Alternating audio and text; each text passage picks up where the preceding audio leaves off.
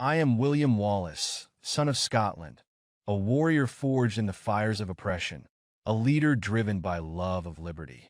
My story is not one of luxury or destiny handed to me at birth, but of struggle, defiance, and sacrifice. I was born in 1270 in the small village of Elderslie, Renfrewshire. My family were minor nobles, neither wealthy nor powerful, but bound to the land and to the spirit of Scotland. From the moment I could wield a blade, I knew I would one day fight to see my people free. The world I entered was darkened by the looming shadow of Edward the First of England, known as the Hammer of the Scots. Our homeland was fractured, torn by rival clans and weak leadership, all while the English seized every opportunity to tighten their grip on our land. My father, Malcolm Wallace, was a proud man who instilled in me the values of honor and courage. He would often speak to me of Scotland's glorious past, of kings who had ruled with strength and unity. Life was harsh but simple in my youth. I grew up alongside my brothers and cousins, learning the skills of the hunt, the blade, and the plow. The land was rich with stories of our ancestors, of battles fought against invaders. Yet the peace of those early years was shattered when Edward declared himself overlord of Scotland. His ambition knew no bounds, and his armies marched into our villages, imposing brutal taxes and slaughtering those who resisted. One of my earliest memories is the sight of English soldiers burning a neighboring farm. I was no more than a boy, but the image seared itself into my mind. I vowed that day to never bow to the English crown. The event that truly set me on my path, though, was the death of my father. Malcolm Wallace was killed during an uprising against English forces, leaving me and my family bereft. Some say that loss hardened my heart, but it was the opposite. It gave me clarity of purpose. I saw the suffering of my people, the way they lived in fear, and I knew that I could not stand idly by. As I grew into manhood, I became skilled not only in combat, but in strategy. I wandered the land, meeting others who shared my hatred of English rule. During these travels, I met a woman named Maron. She was my light in a dark world, and I loved her with a passion that gave me strength. We married in secret to avoid drawing attention, but even that simple joy was stolen from me. English soldiers attacked our village, and when they discovered our union, they executed her as a warning to others. Her death broke something within me. My grief turned to fury, and my fury to resolve. The English would pay for what they had done, not just to me, but to all of Scotland. In 1297, I stepped into the role that would define my life: rebel leader. At first, our rebellion was small, little more than raids on English garrisons and supply lines. But as word spread, more men joined our cause.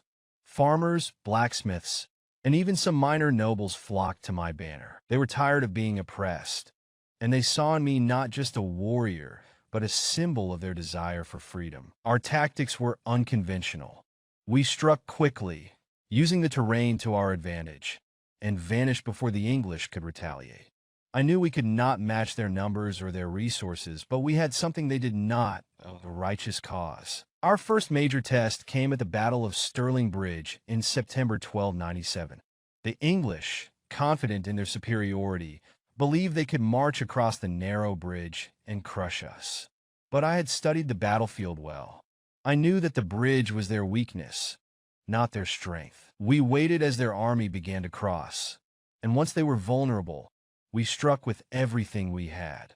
The English were trapped, unable to retreat or maneuver.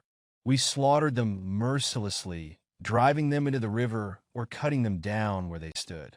It was a glorious victory, one that showed the world Scotland's strength. That day, I was knighted and named Guardian of Scotland, a title that came with great honor, but even greater responsibility. I now bore the weight of an entire nation on my shoulders. Victory at Stirling brought hope to Scotland, but it also brought new challenges. The noble families of Scotland, divided by greed and old rivalries, were not easy allies. Some supported me wholeheartedly, while others sought to undermine me, hoping to gain favor with Edward. Despite these divisions, I pressed on, continuing to rally the common people and fortify our defenses. Edward, furious at his defeat, prepared to march north with a massive army. In 1298, we faced him at the Battle of Falkirk. It was a bitter fight, one that tested the limits of my strategy and my men's courage.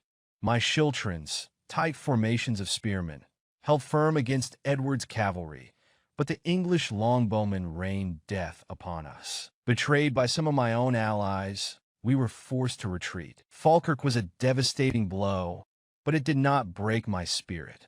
I resigned as guardian of Scotland, knowing that I could better serve my people as a fighter than as a politician. For years, I lived as an outlaw, leading guerrilla raids against English forces. I roamed the forests and hills, relying on the loyalty of the Scottish people to evade capture. Edward declared me a traitor and placed a bounty on my head, but no true Scot would betray me. My life became one of constant danger, yet I never wavered in my resolve. I sought allies abroad, traveling to France, and even appealing to the Pope for support. These efforts bore little fruit, but they kept the dream of a free Scotland alive. In the end, it was betrayal that brought me to my knees. In 1305, I was captured near Glasgow by Sir John Menteith, a Scot who had turned against his own people.